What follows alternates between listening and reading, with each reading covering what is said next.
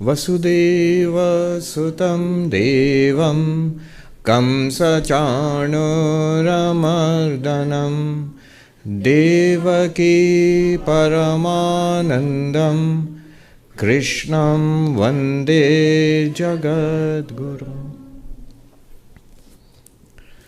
Namaste and welcome back to the Gita class.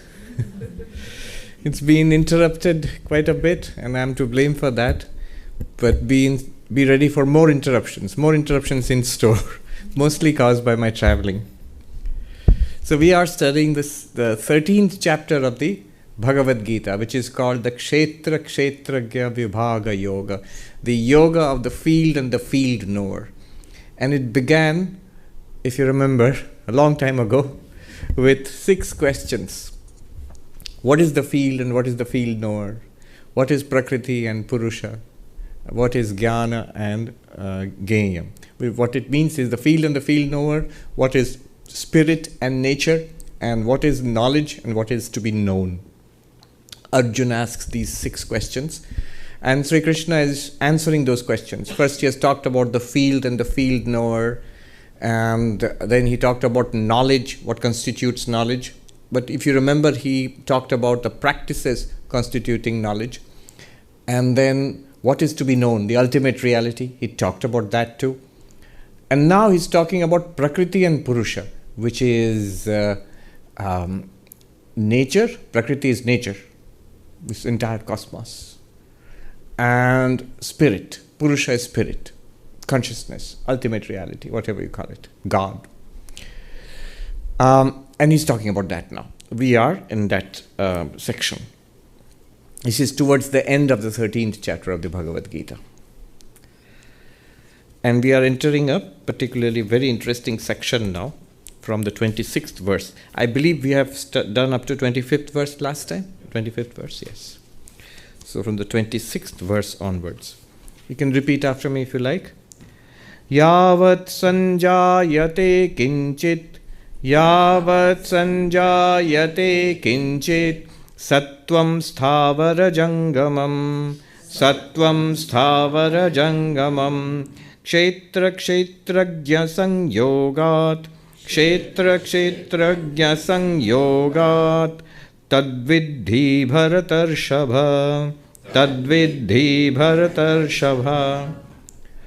Whatever being is born, moving or unmoving, animate or inanimate, know that, O best of Bharatas, to come from the mixing of the Ksetra and the Ksetrajna, the field and the field knower. All right, what's going on here?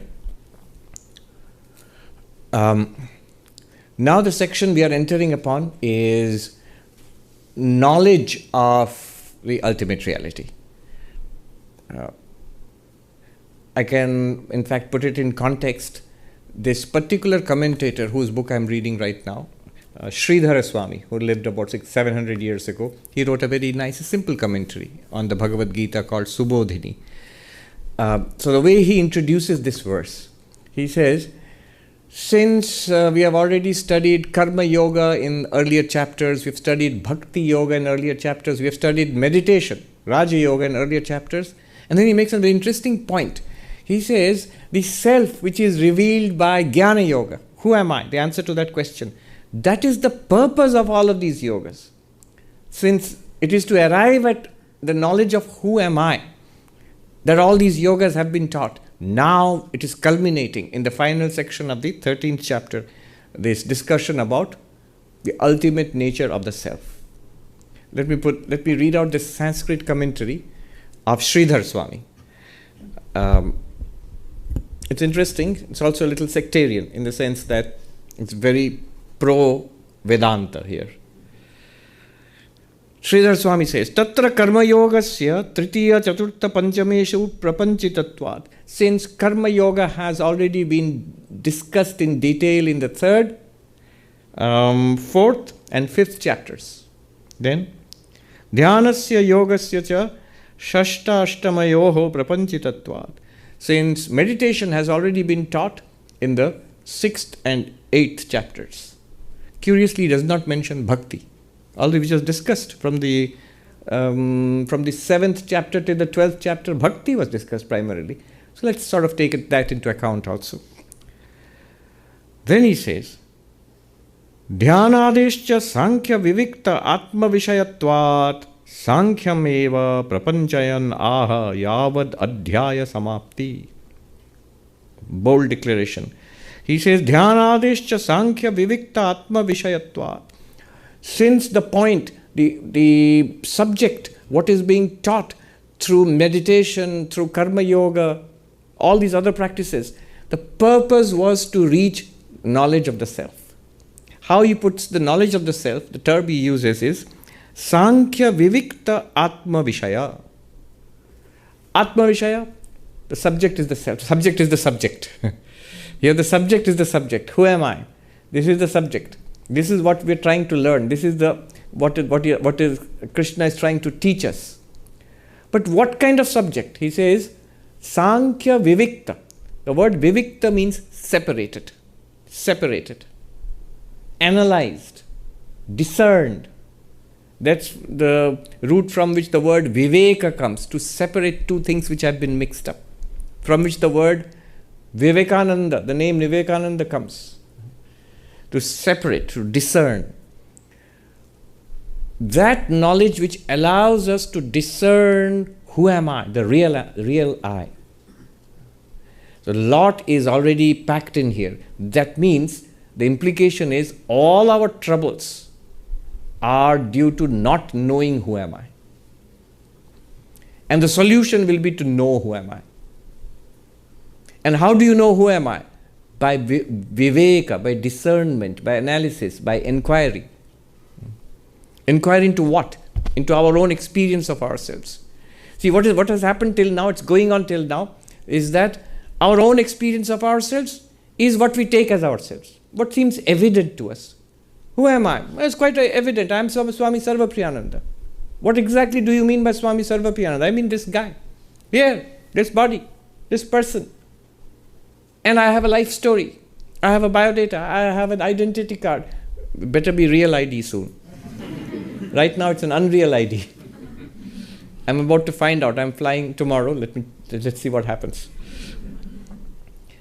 That shows me who am I. That's what we think of ourselves. This person. And Vedanta makes a very bold claim. All our efforts at transcending sorrow, overcoming sorrow, all our struggles in life, our apparent lack of success in the biggest project of our lives. What's the biggest project of our lives? All of us. Satisfaction, fulfillment, peace, lasting, deep, lasting fulfillment, happiness. We don't even believe such a thing is possible anymore. We have been defeated lifetime after lifetime. But Vedanta claims it can be done. Thousands have done it before us. Not only it can be done, it must be done. That's the project we are engaged in. And the project is possible only when success is possible, only when we know ourselves as we truly are. How will we know ourselves as we truly are? That means, first of all, we must face the fact, face the music that we do not know ourselves as we truly are. That's what Vedanta claims. Then how will we know ourselves as we truly are? Viveka, by discernment. Sri Ramakrishna says, he uses very nice examples. Sand and sugar are mixed up.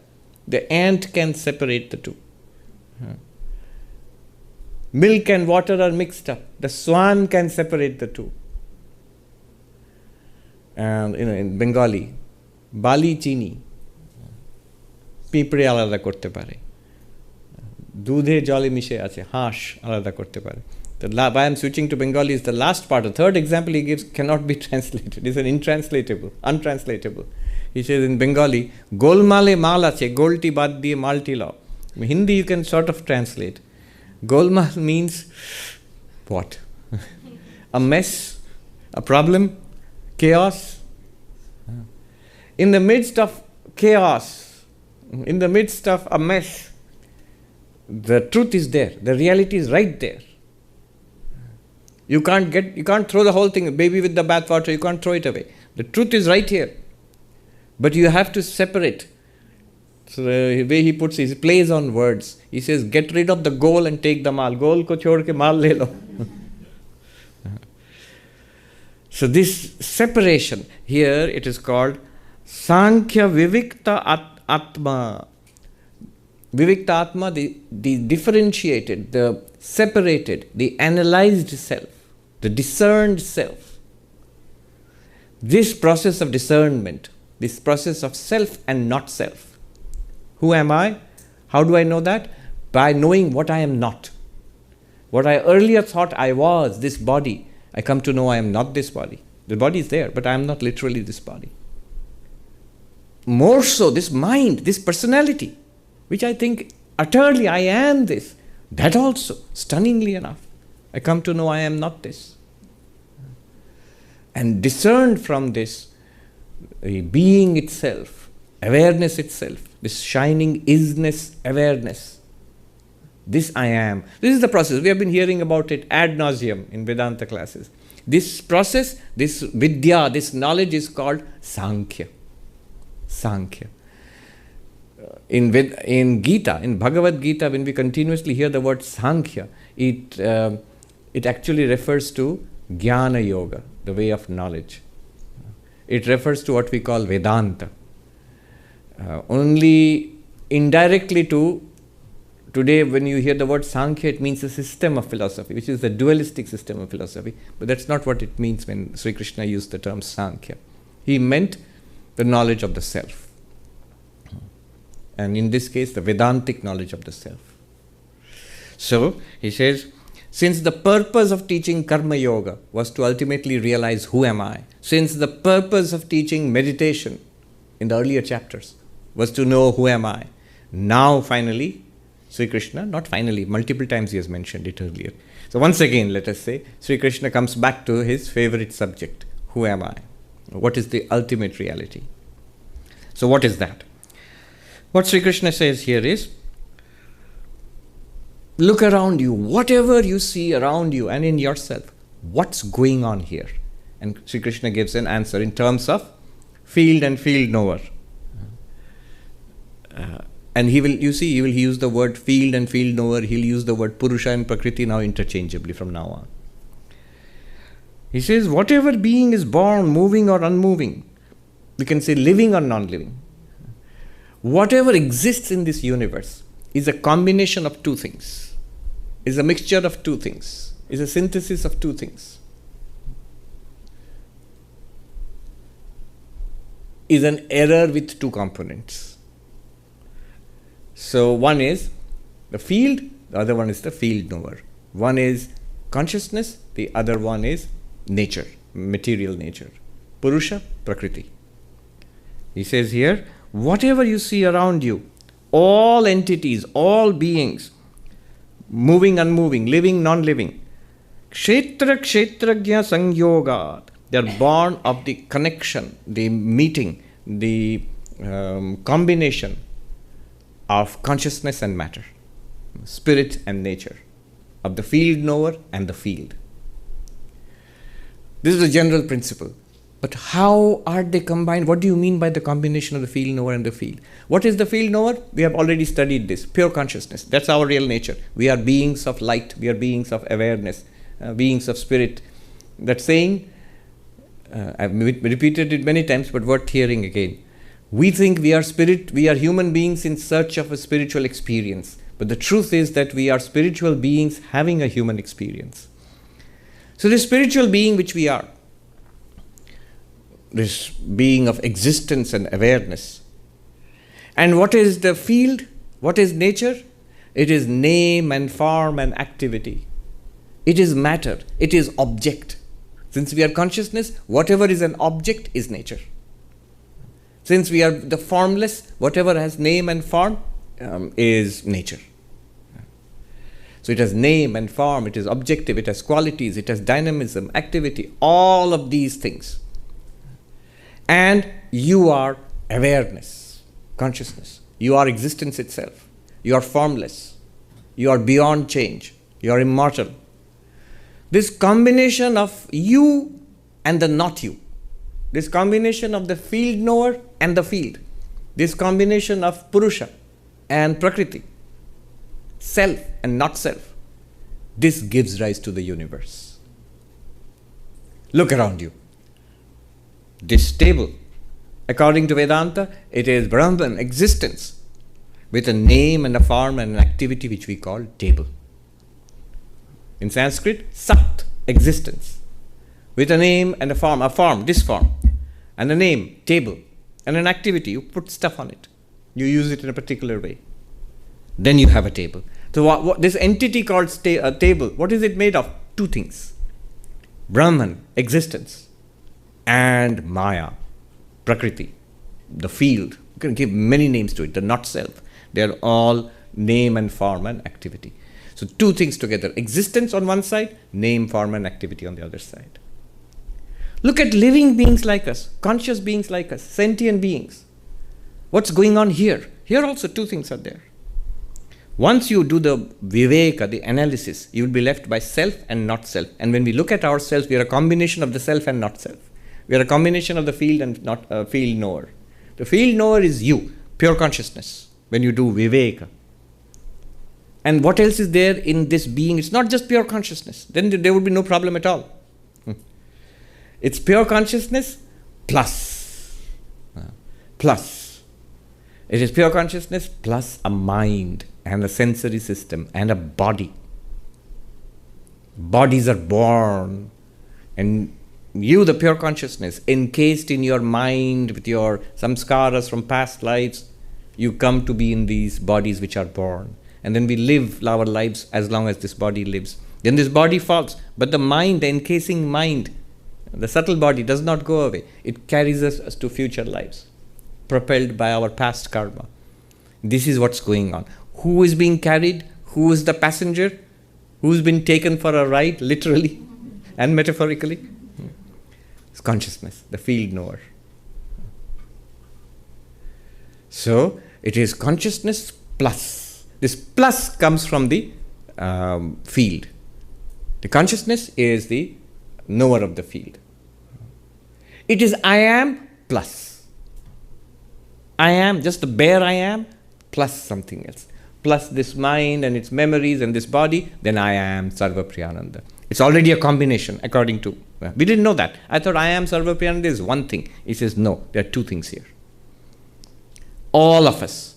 There is in all of us what we truly are and what we are not. Then why would this happen? Why isn't it clear what I am and what I am not? This is called ajnana, ignorance. Since we do not know what we are, then what seems evident to us, this body and mind, we take it to be ourselves. We identify with it immediately. And this identification is born of ignorance. Identification born of ignorance is a technical term for it in Vedanta. It is called superimposition. In Sanskrit, adhyasa. Can you repeat that? Adhyasa in Sanskrit, identification born of error leads to something called superimposition. In Sanskrit, it is called adhyasa, error. So we have ignorance leading to error. Ignorance of our real self leading to an error about our real self. Ignorance of not knowing who am I leading to an error about who am I. Not knowing I'm pure consciousness, I'm immortal Atman or Brahman. Not knowing that, error. That is, not knowing is called ignorance. It leads to what? Error. What is that error? I am this. Who am I? This, here. What is this? I. Mutual. In Sanskrit, this is called anyonyadhyasa, mutual superimposition. Mutual superimposition means the superimposition of the body-mind on myself. I take myself to be the body-mind. And what is this body-mind? It is I. The I is identified with the body-mind, and body-mind is identified with. When you ask, what is this? I say, I. I remember once I was flying to Halifax in Canada, and next to me there was a very cute little baby girl, Victoria, and she was on her mother's lap, and her mother was pointing out everything in the plane, and like, this is a sea, this is a man, this is the sky, and she's pointing, that is the sky, and she was looking very curiously. There's a phone, and on the phone she showed the baby a picture of the baby, her own picture. And she says, what is this? And the baby immediately said, looked at her own picture and very proudly said, I. I didn't say I, just said, that's me. See, immediately, I am that. And this is, the psychologists say there's a certain stage in the development of the mind where you identify the self and the body are identified. A picture, you recognize your picture as yourself. You recognize the reflection in the mirror as yourself. We think that's a progress. No, that's not progress. That's a progress in the sense that you're beginning to identify with the body, but we must go beyond that. We are not the body. This identification with the body is born of error. This goes to the very root of our self-concept, of what we are. Once this identification with the body comes, then everything with the body, father, mother, brother, sister, husband, wife, children, friend, enemy, gender, race, everything is body related. Vedanta says you are not the body. It cuts at the very root of all our presuppositions, our entire samsara which we have put up. You're not the body. I was asked this question, do you support, it's in England, do you support the old binary of genders or multiple genders? What does Vedanta say? Vedanta says the whole thing is a serious, serious error. Is it true that there are only two genders? Is it true? Or in New York there are 23 genders right now. It's a variable number. Which one is true? And which one does Vedanta support? Vedanta supports both and neither. It supports neither because Vedanta says you do not have gender. What gender does pure consciousness have? What gender does light have? It's only a body which can have a gender. It's only a mind strongly identified with a body which can be influenced by gender. But if you're not the body, if you're not the mind, how can you have gender? And in what sense do you support it? In the sense that if it leads to more freedom, if you entrenched that my real identity is that I am a man, if my real identity is that I am a woman, if it frees you a little bit from that prison of that real ID, to that extent it might be good. To give you a sense of little bit of freedom, openness, not constricted. But it can lead to a serious error when we keep on dividing body-based, gender, 100 different varieties, and I keep changing. All body-based, all mind-based. Serious error. It'll just, and the sign of that is you'll just keep on multiplying your suffering.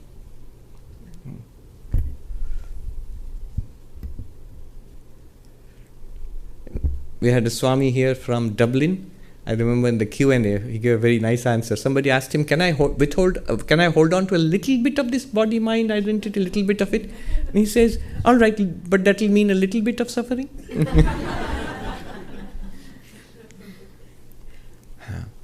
So this is what is going on here. This is called adhyasa, error. From ignorance comes error. To put it even more plain, non-philosophical language, from stupidity comes mistake. Stupidity, I don't know who I am. Mistake, to take the body-mind as the self is a mistake. I've taken the body-mind as the self. To take the not self as the self. And then the rest of the story will be a mistake then. Our entire life and lifetime after lifetime, Vedanta condemns as a mistake. And the proof of that is, we are suffering. Here we are. We have been trying to overcome suffering. We have been trying to attain lasting fulfillment. We haven't succeeded. Throughout this life, and if you believe in multiple lifetimes, then as Vedanta does, then our endless past lives have culminated in this point. We have precious little to show for lifetimes of effort, hard work at trying to be happy. Okay. All this, the commentator uses the term aviveka krita tadatmya adhyasat bhavati iti janihi. O Arjuna, know this, all of this is because of adhyasa. Adhyasa, Sanskrit word, what does it mean? Superimposition. What is superimposition? Taking something to be what it is not. Atasmin tad buddhi. What's not there, you're taking it to be that. What I am not, I the self. I mean self. In the self, there is no body-mind. I take myself to be body-mind. The basic, the foundation of all our worldly dealings. Okay. And that comes why? Because I don't know who I am. Because of aviveka. Inability to separate sand and sugar. Milk, example, milk and water, golmal. The goal is the prakriti, is the body mind. And the mal is the self. You have to extract. Not physically, in understanding. So aviveka leads to tadatmya, identification. And this identification, wrong identification, is called adhyasa, superimposition. Now, then what is the way out? The way out is knowledge, enlightenment. Let us go to verse number 27. A very beautiful verse. Samam sarveṣhu bhūteṣhu, samam sarveṣhu bhūteṣu, tiṣhṭhantaṁ parameśhvaram, tiṣhṭhantaṁ parameśhvaram, vinaśhyatsv vinaśhyantaṁ, vinaśhyatsv vinaśhyantaṁ, yapaśhyati sapaśhyati, yapaśhyati sapaśhyati. He who sees the Supreme Lord abiding equally in all beings, the imperishable amidst the perishable, he sees indeed. A beautiful, beautiful verse. What's the teaching? To see God in everything. To see the divine in everything. If you don't like the God language, to see the ultimate reality. To see that pure consciousness. To see yourself in everything. Those who are attending the Ishopanishad class, this is exactly what was said in the Ishopanishad as the culmination of enlightenment in Vedanta.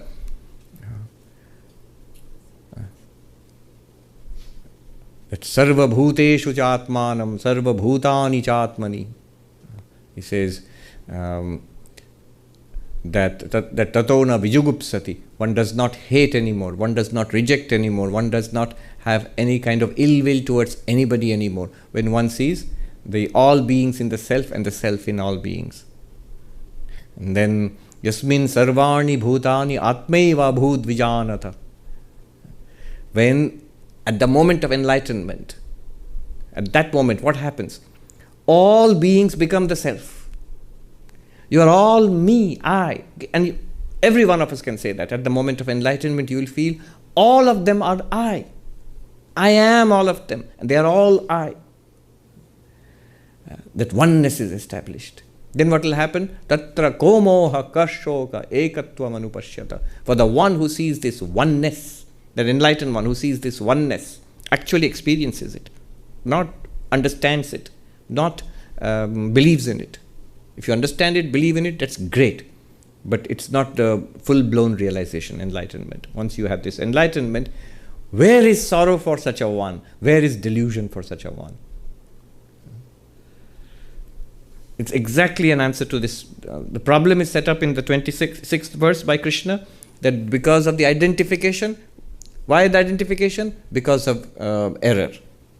And identification is delusion. What is the result of delusion? Shoka, sorrow. How do you reverse this?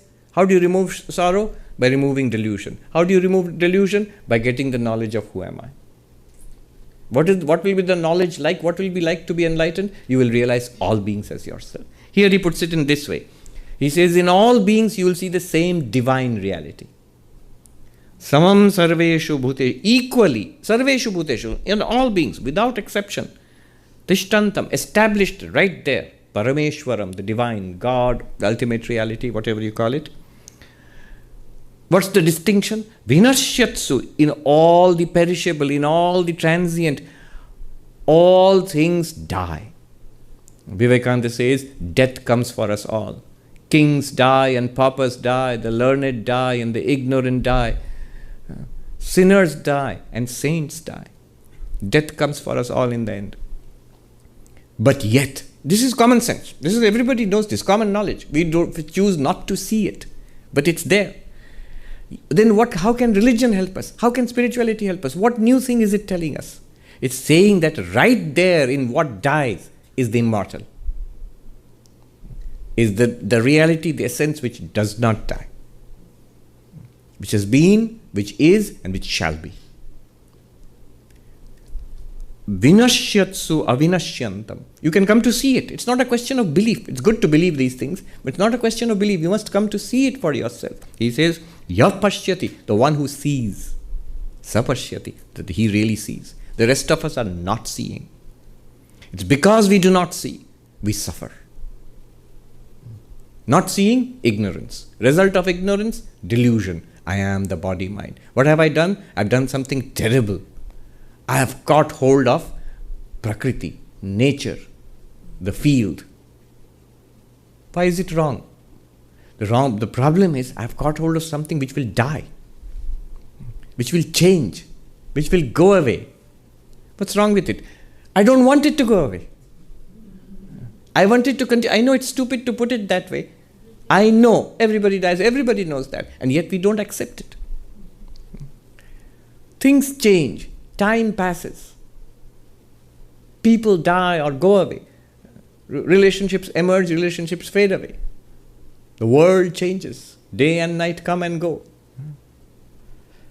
And this should be fine, but we are not fine with it. Because we have caught hold of a part of it and we want to preserve that. We want to preserve something which cannot be preserved. It's not the problem of the field, kṣhetra. It's not the problem of prakriti. Nature, to be what it is, to do its job, its function, has to change. We are making an unreasonable demand. And the reason why we are making an unreasonable demand is we do not know who we are. We have taken a little bit of nature, a slice of nature, this body, as I, and based our entire life, our darshana, philosophy of life, upon that. A body-based darshana, philosophy of life. It has to be counteracted by an Atman-based, consciousness-based, being-based, ultimate reality-based philosophy of life. Or if you are inclined devotionally, God-based. Here, the commentator introduces this verse. Aviveka kritam samsara udbhavam uktva tan nivrittaye viviktatma vishayam samyak darshanam aha. Beautiful words.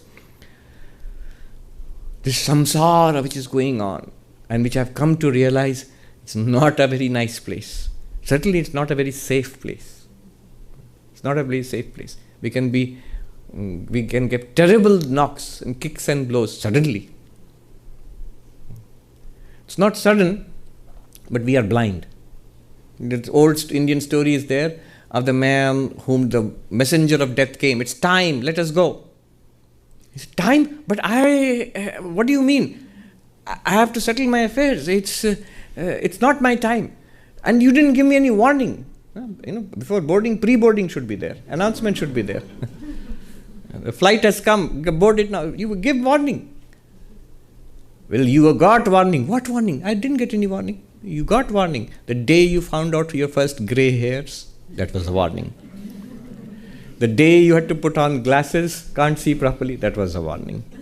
The day, I'm adding spice to the story. It is an old story. They had no glasses at that time. And the day you started losing your teeth, that was a warning. The day the first wrinkles appeared, that was a warning. That was heads up. Your group is being called, pre-boarding.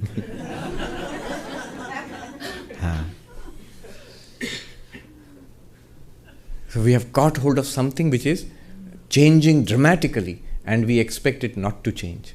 That slice won't work. But there is a solution. Is there any solution at all? Certainly there is. This is the answer. Aviveka kritam. Since we are unable to discern, we are not separating sand and sugar. And then when we eat it, we say it tastes terrible. And there's some sweetness there, but it's also sand, But you haven't separated the two. Then milk and water and golmal. You have to separate it. Aviveka kritam samsara udbhavam. Samsara starts because we do not separate. Then what do we do? How do you remove samsara? It's by, he says, vivikta atma vishayam samyak darshanam. He says by samyak darshanam. Darshanam, to see. What we are seeing? No, but we are not seeing properly. Samyak darshanam. Right seeing, the right view. Darshana means to see, literally, to see rightly. What it means is philosophy, the right philosophy. We have now a body-based philosophy of life. You have to shift it to an Atman-based philosophy. Why should I? Because you're making a mistake. You're saying, I am the body, but the I am is not the body. I am is consciousness, is the knower of the field. If you make that shift, it will be all right. Just that much. Of course, fine print is there. And just that much when we say, it's not all that easy. So, make that shift. Make the shift. What we are, all that Vedanta is saying is when you say I, what does it refer to? Right now it refers to body-mind. The moment I refer to myself as body-mind, I will also refer to all of you as body-mind. I think of myself as a body, I'll think of you as bodies. I'll think of myself as a person, I'll think of you as persons. If I think of myself as consciousness, I will think of you all as consciousness. And not only that, beyond that, one consciousness. Hold on, the question. So that shift. When I say I, right now the I is referring to body-mind. And what Vedanta, what Krishna wants us to do is, the I should refer to Atman, to pure consciousness. Then your problem is solved. Notice, he does not say that you have to destroy Prakriti. Destroy, not at all. Prakriti is absolutely doing her job. Maya is doing Maya's job. Prakriti is doing Prakriti's job. The field is doing the job of the field perfectly. Fault is not out there. The fault is entirely ours. The proof of that is the so-called enlightened ones. They live in this very world. Has the world disappeared for them? Not at all. The moment you become enlightened, does the body disappear in a poof like a smoke? No, it doesn't. The body belongs to Prakriti. It will go back to Prakriti, to nature. It's made of matter. No, you realize I am not it. Then it's all right. It's an amazing thing. That's the only adjustment. The adjustment is on the subject side, not on the object side. Notice, all the adjustments that we have been trying to do in life to make things better has been on the object side. Don't agree so easily. You might say, no, Swami, I have been trying to improve myself. Self-help. Barnes and Nobles, you will find whole shelves, self-help books. I've been trying to improve myself. I've been trying to adjust the self. But there also, what is meant by changing the self is meant changing your behavior, changing your language, changing your habits, changing your thoughts, changing your emotions.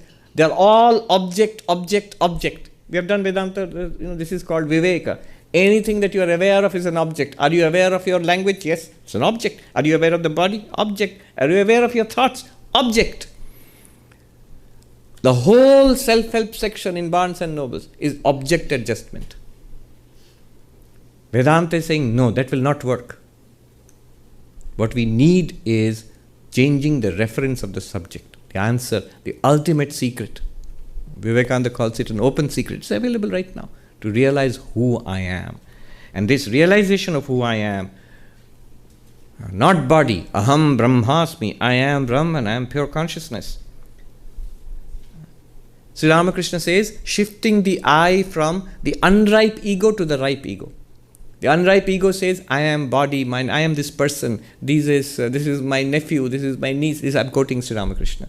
And the ripe ego says, the ripe ego, the enlightened one, says, I am pure consciousness. I am the servant of the Lord. I am the child of the Divine Mother. So I define my connection with God, a devotee. The Jnani will say, I am pure consciousness. Chidananda Rupa Shivoham. Immediately a whole tremendous change comes. Like a total change comes in our worldview. Samsara is gone. Vinaśhyatsv. In the changing, samsara, prakriti field is continuously changing. Right in this changing is this continuous, this one constant reality. Call it being everywhere. Sat is. all around, in all our experience. Go even deeper, being awareness. This whole universe is an arising in awareness. This one common being awareness, existence awareness, Sat-Chit, isness awareness. This is the underlying reality. And this underlying reality is never this, it's you. It never lies in the realm of the object. In the realm of the object is existence plus name and form. The realm of our conscious experiences is consciousness plus an object. But pure consciousness itself, pure being itself, is just you, the subject. And this, when you put it in devotional language, is parameshvara, the divine, the Lord, my Shiva, my Vishnu, my Lord the Father, everywhere. For Sri Ramakrishna, my God, the Mother, the Divine Mother, is in everything. Is within me, is everywhere. Samaṁ paśhyati sarvatra. He says, Samaṁ sarveṣhu bhūteṣhu. Samam, equally. Not more in the holy and less in the unholy. Not more Brahman in the big and less Brahman in the small. When we use examples like ocean, water is there in all waves, all the waves are same water, but you have a little doubt in the mind, niggling doubt, because the example is limited. So yeah, but big waves have more water and small waves have less water. So maybe, big things have more Brahman in them and less small things, little things have less Brahman.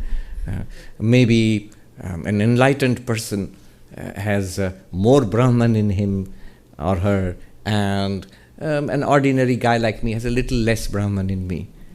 It feels like that. They're more divine, I'm less divine. No. More divine, less divine. Silly joke, but joke interlude. I remember, this has happened some 25 years ago. There's a school run by our order where I joined the Ramakrishna mission. I was a novice. And the monks have their own quirky sense of humor. Now the story is that all the kids, those were the days before email and stuff like that, you had to write letters. All the kids were supposed to write home once a week to let mom and dad know that you're doing well. And it was a rule. There was actually on Sunday mornings, there was a half an hour time when you would sit down and write a letter to mom and dad. Now the little kids would write letters, all very cute letters, so they would try their best. And the demand for the letters from the kids came from the mom and dad. Not that the kids were very interested in writing back. They were very happy with other kids. They forget very soon. So one kid came, little boy, I think he was 10 or 11 years old. He came to the Swami who was in charge of the dorm. And the Swami was a very funny Swami. He came to him and said, I don't know what to write. You make me write every week. This is the same thing every week. It's a very strict routine. So every day is exactly the same. So what's there to write? It's so boring. And then the boy was around 13 or 14 years old, I think. Because the Swami said to him, all right, I'll dictate, you write. Mom and dad, mother and father, dear mother and father, I am fine. I read in class 9 and my warden is divine. Warden was him, that's Swami. To see the divinity in everything. Yeah. So this is called samyak darshanam. He says this is the right knowledge. This knowledge removes error and it gives you freedom from samsara. Here the commentator says, sthāvara-jaṅgamam bhūteṣhu, in all beings, the high and the low, in every kind of being, equally. Nirveshesha sadrupena samaṁ, equally. The sat means being itself, not an existing thing, but existence itself. What is existence itself? I will not go into it. It will take days and days to talk about it. We have done it in the very beginning, 16th verse of 2nd chapter. Na sato vidyate bhava, that one. So, being itself, Brahman is existence itself. In all beings, existence itself, samam, equally, it's there. In the highest and the lowest, equally. Swami Vivekananda, he would shock American audiences when he would say, that which is in the Nazarene is also in the lowest worm. What is in Jesus Christ is also in the lowest worm. It's shocking for people to hear it, especially in those days. So, but what he means is that being, Atman, Brahman, is equally in the highest and in the lowest. So high and low are in our measure. But the truth behind both is exactly the same.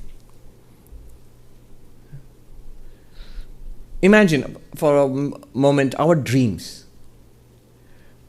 In our dreams, you see the sky and the earth and plants and flowers and other beings, human beings, cats and dogs, maybe birds, and your friends and people you don't like, good situations, bad situations. You are yourself there. But notice one thing, they're all appearances in you, the dreamer. They are in one sense nothing but you, the dreamer. Isn't it true? And you are equally there in every dream entity. In the good person that we see in the dream, am I not there as the dreamer? In the bad person that I see in the dream, am I not there as the dreamer? Actually, it's neither the good person nor the bad person. It's just me, the dreamer, dreaming. Similarly, one being, Atman or Brahman, equally there in everything in this universe. Vinaśhyatsv avinaśhyantaṁ. The Buddhists have a very beautiful phrase. What is the Buddha nature? It says the primordial ground of being on which come the magical display of samsara and nirvana. There is one reality. When you do not know what that reality is, it appears as the display of samsara, continuously changing, moment to moment, momentary, kshani.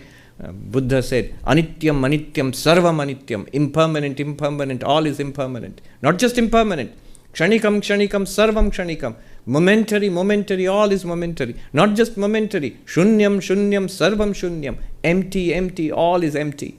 And therefore, dukkham, dukkham, sarvam dukkham. Sorrow, sorrow, all is sorrow. That is when you are ignorant of that primal ground of being. Exactly the same language. Sadrupena samam. Equally the same ground of being is there. But when you know it, when you become enlightened, samyak darshana, enlightenment, this is called enlightenment, this is called realization, this is called seeing. Then what happens?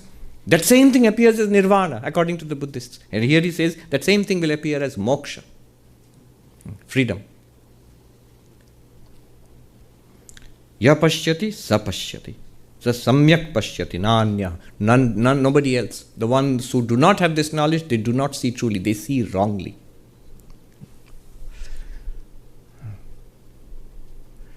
What will be the result of this? Don't forget your questions. I have not forgotten, so hold on to your questions. I'll give you time. What will be the result of this? He says in the 28th verse. Samam pashyan hi sarvatra, samam pashyan hi sarvatra, samavasthitam ishwaram, samavasthitam ishwaram, nahi nastyatmanatmanam, nahi nastyatmanatmanam, tato yati param gatim, tato yati param gatim. So what happens? For seeing the Lord abiding equally everywhere, he does not injure the self by the self. Therefore, he attains the supreme goal. What is the supreme goal? Moksha, freedom, nirvana. Attain freedom from samsara. So he says, what will happen if you see the same divinity everywhere? One does not injure, does not kill the self by the self. What do you mean, kill the self by the self? So in two ways we can understand this. We are killing ourselves. We are suicidal in two ways. One is the idea of samsara, and the other one is the idea of ignorance. One is by samsara. We are killing ourselves by samsara. Not seeing that one continuous existence, consciousness everywhere. What happens? We see ourselves as this limited person. The moment we see ourselves as a limited person, then all the problems of this body become my problems. All the issues with this body and what surrounds it, the people surrounding it, everything becomes mine. And all the tendencies, the desires, the characteristics of the mind, they become mine. My greed, my lust, my anger, my desire, my ambitions, they're all mind. They all become mine. Becoming mine, now I engage in struggle in the world. As I engage in struggle, called karma, what will happen? It will give rise to the results of karma. Good and bad. If I do good, the result will be good. If I do bad, if I'm naughty deliberately, the results will be pain and suffering. Results will be bad. Good karma, sukha, happiness. Bad karma, dukkha, unhappiness. And it will not be exhausted in one lifetime. It will propel me after the death of this body. This body is not all that important. We have had many bodies in the past, and we will have more also. Don't be worried on the account of the body. Will propel us into new lifetimes, propelled by our past karma. And we'll go on like that. This being born and dying and being born and dying and repeat. We are doing this to ourselves. This is killing the self by the self. This continuous killing ourselves. Upanishad puts it, Mrityu sa mrityum apnoti yahiha naneva paśhyati. Whoever sees the slightest difference here, he says, I am this, that is other than me. We'll go from death to death. What a harsh thing to say. Could have said, we'll go from birth to birth. No, it literally is the same thing. We'll go from birth to birth. He said, no, we'll go from death to death. So this is one meaning. We are killing ourselves because of this ignorance. And then the second meaning of killing the self by the self is we hide from ourselves our real nature. Just imagine if we are the immortal, the one continuously present existence, consciousness, place, the very ground of this universe. As existence, we are the ground of reality. All metaphysics depends on you. As consciousness, you are the ground of epistemology. All knowledge depends on you. As bliss, ananda, you are the very ground of all aesthetics, morals, all what is called axiology, values. All purpose and meaning depends on you. If we don't know that, if we don't own up to it, we don't see it, that's killing yourself. What a devastating loss it is. In the Kena Upanishad,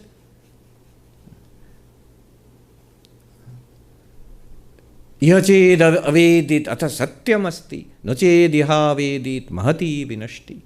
In this very life, if you become enlightened, you have got reality. You have got immortality. You have got freedom. If we do not become enlightened in this life, great is the loss. Mahati vinashti. What's the loss? You'll be hurled from lifetime to lifetime, to death to death. So in these two ways, we are killing ourselves by ignorance. One is by propelling ourselves from life, this cosmic drama of birth and death. And second, by depriving ourselves of the tremendous benefit of knowing who am I. With the limitless benefit of knowing who am I, we are depriving ourselves. That's equal to killing ourselves. So he says one kills oneself by ignorance. Those who know that I am this limitless being, samaṁ paśhyani sarvatra, samavasthitam ishvaram. In all beings, one divinity shines.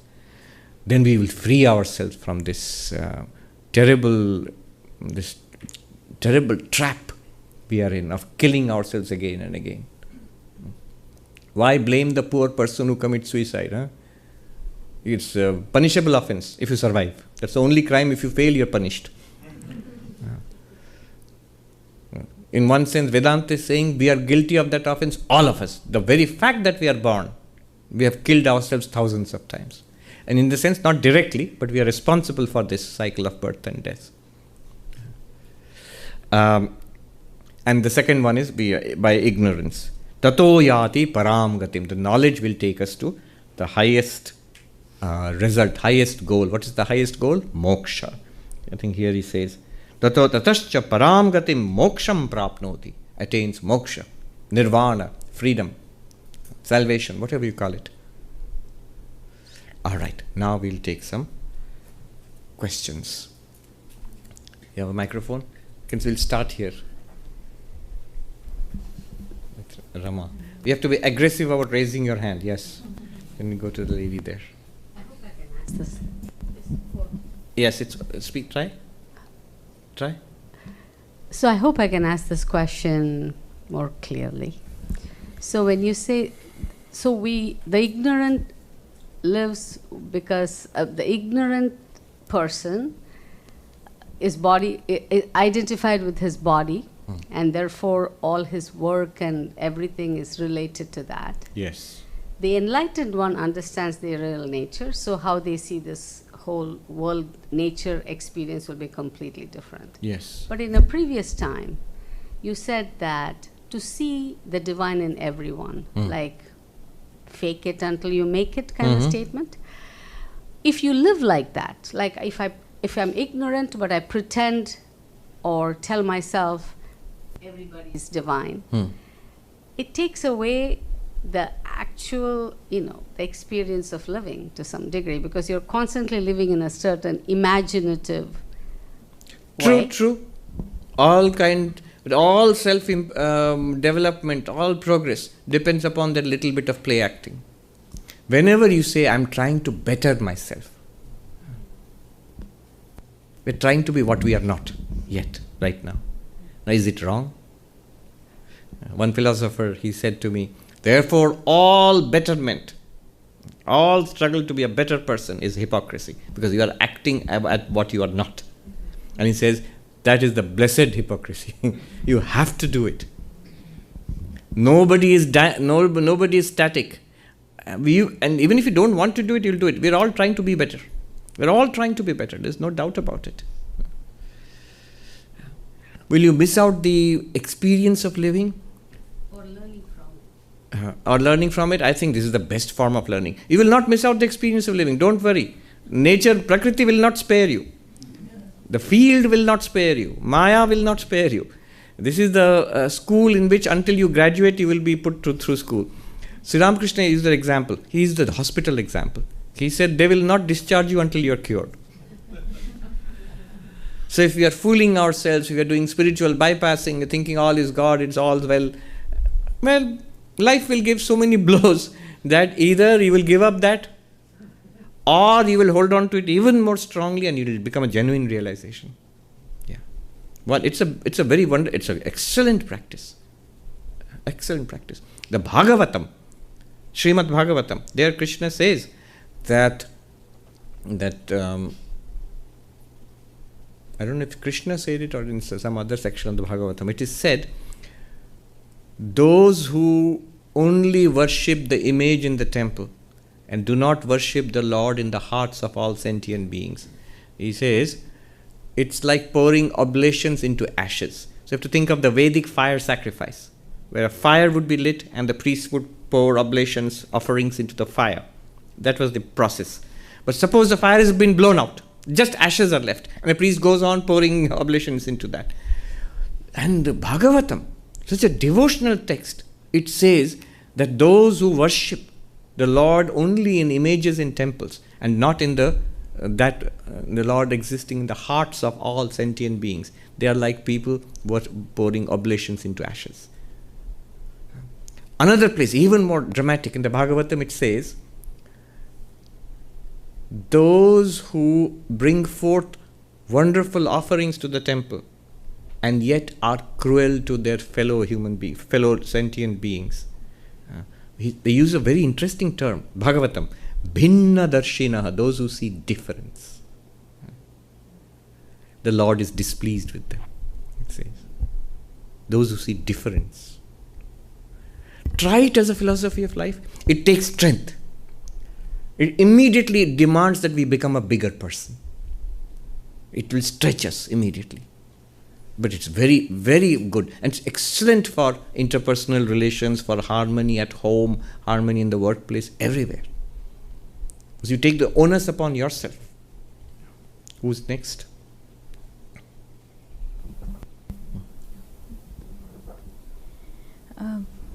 Next. Read.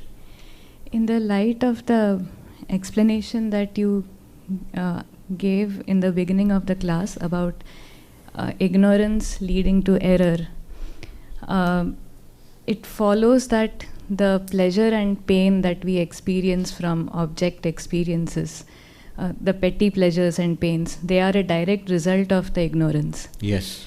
So in the light of this, I wanted a small clarification with regard to a previous verse, Karya Karana Kartrutve. in which he says Purusha Sukha Dukkhanam Bhoktutve. So he is saying that Purusha is the one responsible for Bhoktritva. So my question is it because pure consciousness is the ground of experience, and in that sense... Correct. Yes, all experience is due to consciousness. All activities in the universe are due to nature. Nowadays I was thinking, this whole AI and robots and all, they are proving this again and again. Everything that you could think of doing, from playing chess to driving a car to writing a poem to painting a picture, all of it is now being done by these machines. And yet they have no internal experience at all. It's just algorithms. Therefore, the physical activities that we do and our intellectual and artistic activities that we do, they can be copied, they can be imitated by machines, but there is no inner feeling there. There is no inner experience there. Why not? Because one thing is not there, awareness, consciousness. Now consciousness is there everywhere, you have to be careful there. The reflected consciousness is not there, which enables you to have experience. Yes, first person experience. Correct. One can still say that the one who says I am happy or I am sad is the jiva, but the source of that experience is pure consciousness, Purusha. Yes, the pure consciousness enables that experience. I am happy or I am sad. I am enjoying and suffering. I am doing this. Pramatritva, kartritva, bhoktritva. To know something, you require consciousness. To have the experience of doing stuff, you have to have consciousness. Not to do stuff. Machines can do stuff without any consciousness behind them. But to have the experience of action, you must need consciousness. And to have the experience of experience, enjoying pain, enjoying means enjoying pleasure and suffering pain, you need consciousness. Dr. Anil put it very well. He said that Deep Blue, the computer, is very smart, but it can't suffer. A mouse can't defeat Deep Blue in chess, but a mouse can suffer. So the experience of suffering, of enjoyment, that requires consciousness. Kartritva, bhoktritva, pramatritva. Doership, enjoyer or sufferer, and knower. All of these require the presence of consciousness.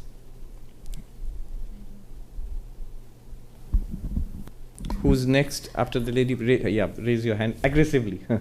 Yes. Pranam Swamiji. Yes. Swamiji, you just said that we are suicidal when we are identifying with the body-mind complex. Yes. But actually this veil of ignorance is so thick. Yes. Unless we have required purification of the mind, nothing will happen. No progress can be made. Yes. So our whole thrust should be on that only. And that is very difficult because every day we face so many challenges that when you feel that you are making some progress, something comes along and shatters that dream. So how to stick to it? How to make it steadfast? Remember, you're right, absolutely. I mean, I agree with the answer is there in the question itself. But remember, Prakriti, nature, the field, actually is helping us. We're seeing it is coming and shattering our illusion of progress. That's helping us. When the teacher corrects the mistake I've made in my answer, the teacher is helping me. And Prakriti, or nature, is a hospital which will not discharge you until you are cured. So until we attain enlightenment, don't worry. We are in the hands of the Lord who will cure us finally. But if we want it to be done faster, with less pain, then we have to cooperate a little bit. The Lord has given us everything, diet chart, everything is here. What one should do, what one can do, meditation and devotion and the truth about ourselves. You take it seriously and struggle. Otherwise, if you don't struggle, if you just live life, life itself will not spare us struggle. It will make us struggle. Wherever we are, we have to struggle. If you are going to earn money, you have to struggle. If you get a degree, you have to struggle. To live in this world with a minimum of comfort, you have to struggle. And then old age is struggle, disease is struggle, and death is struggle. And then repeat again. So this struggle, if you want to shorten it, then the answer is yoga. Sri Aurobindo put it beautifully. He says, life itself is yoga. If you do it spiritually, you call it, I'm a yogi. Every chapter here is called yoga. But if I say, I don't believe in all this stuff, I'm just going to live my life, that also is yoga. It's just a very long, prolonged lifetime after lifetime. You will not be discharged. Prakriti hospital will not discharge you until you realize you are Purusha. Yeah. Yes. Does this work? Yeah. Yeah. So my question was about enlightenment and seeing the divine in everyone. So then I had the question, if you are enlightened and you see the divine in every being, what happens when you meet a person that quote unquote is not enlightened? Because then you would have the realization that, so I am. Yes. But in that person also, Prakriti and Purusha is still fused. So I am also this person, and in that person it is still fused. So am I truly enlightened if this other person who is also me is not enlightened? Yeah. Right. Now if you say that I am enlightened and I am the same in all beings, but then all beings are not enlightened. So therefore I am not enlightened also. I am enlightened in this being, but I am not enlightened in that.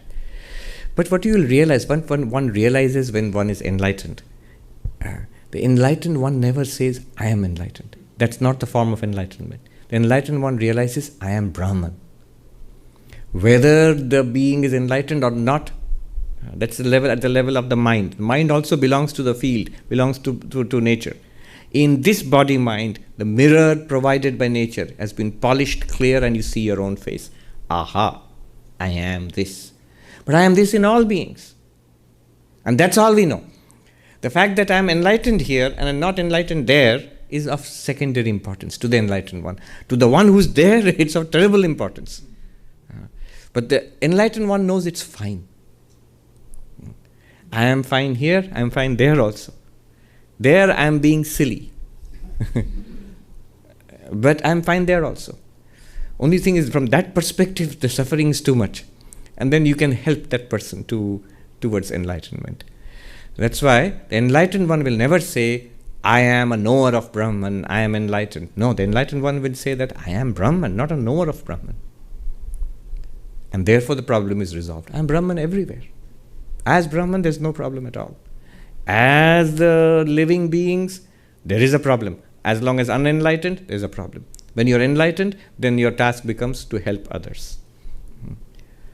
Swami Vivekananda says in his Song of Sannyasin, after enlightenment, what happens? Let the body go. Let karma float it down. Its task is done. Not just body, even mind. He says, take up this mask of body and mind. Its task is done. Go thou from door to door and help them beyond nature's veil. Yeah. Yes. Hi, Swami. I wanted to get your thoughts on an insight that I may have had while I was reading your Emptiness, Fullness book. So I enjoy contemplating the three refuges of Buddhism every day, and for me over the years it's taken a deeper meaning than just the historical Buddha. It's more like, okay, what can I really seek refuge in this life? Okay, I can seek refuge in reality presenting as subject, as Buddha nature. I can seek refuge in reality as object, dharmakaya. And I can seek refuge, I guess, in reality as like relationships, like sangha, which is the source of all value and meaning. And it struck me that it corresponds to Sat-Chit or Chit-Sat-Ananda. And I was wondering if I'm onto something or if I'm thinking too much. In fact, let me take it one step further from Sat-Chit-Ananda. Sri Ramakrishna says, what's my final view? After all his practices and endless spiritual experiences and so many teachings he has given, he says, my final view. In Bengali, he says, pakamot, right view. After attaining the highest knowledge, he says, bhakti bhakto bhagavan niyathaka. Stay with bhakti, with devotion to God. Stay with God, Bhagavan, and stay with the community of devotees. Do you see? Buddha, Dhamma and Sangha. the way you have interpreted it. Sri Ramakrishna says that's a ripe way of understanding.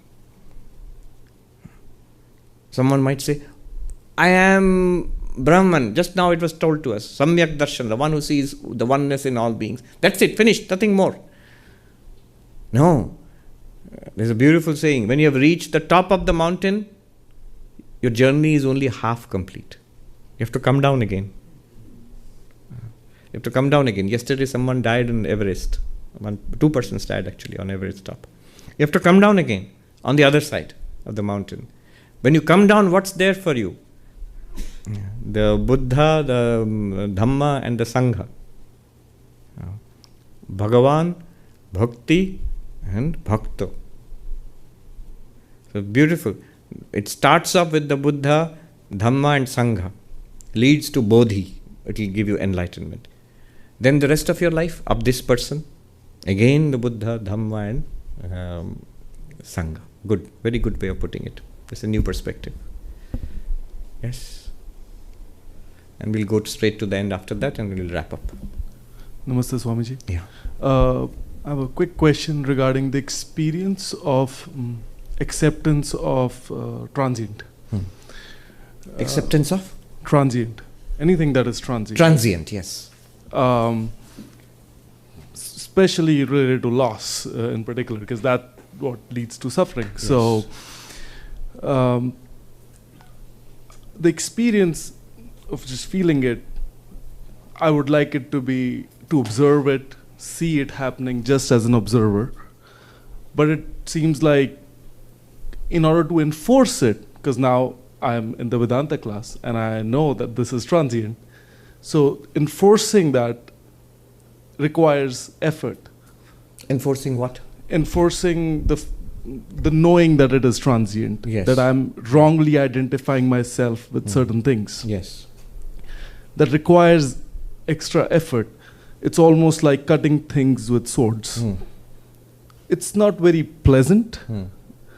So I'm not sure what is the right path and what should be the experience of accepting something which is transient. If that makes sense. Yes. In common sense, in reason, we know that things change. Days pass, morning changes to night, days pass, weeks, months, years pass, people grow old and die. All of these things happen. Accidents happen continuously. Our bodies are changing, our thoughts are changing. So we know that. But strangely enough, even if we know it, we don't act according to it. We hold on to certain things illogically, that it must be so. It's like when I hold on to something and say, this is mine. Notice, I'm not only holding on to the table, the table is holding on to me.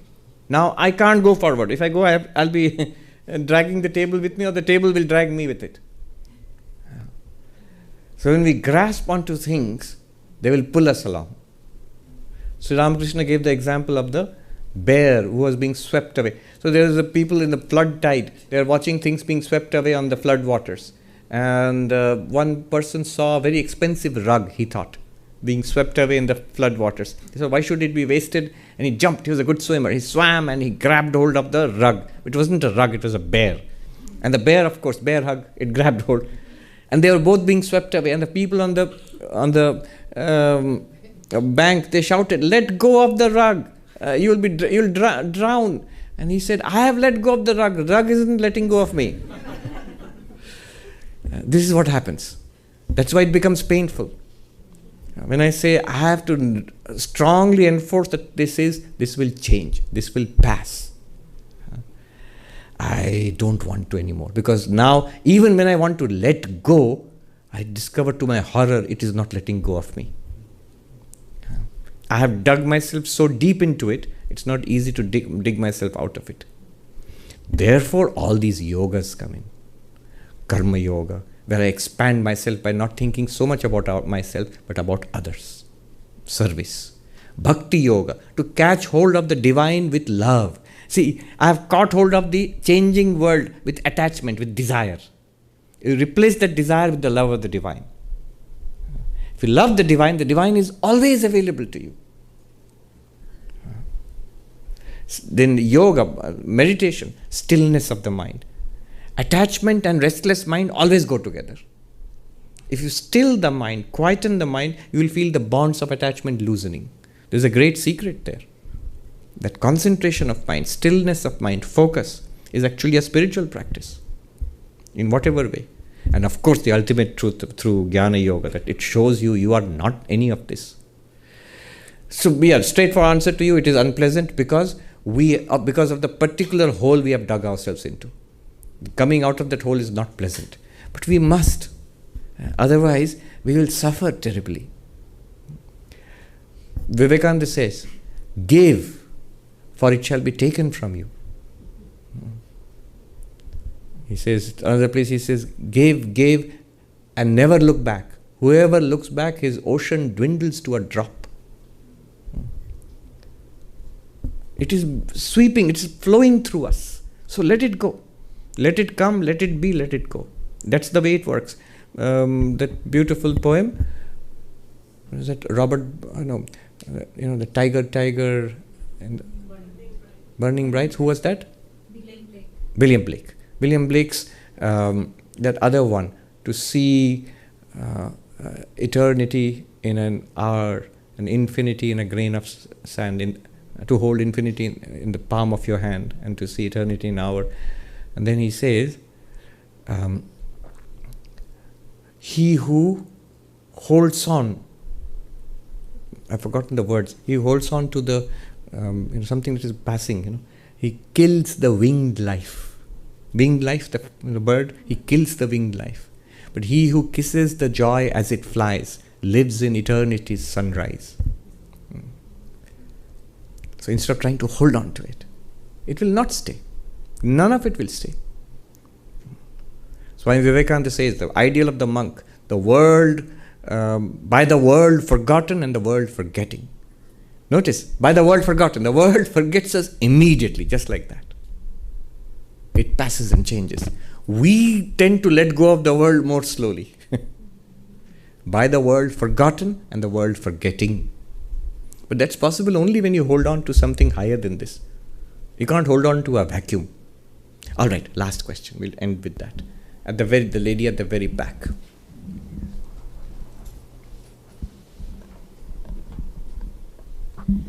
So Swamiji, quick question. Yes.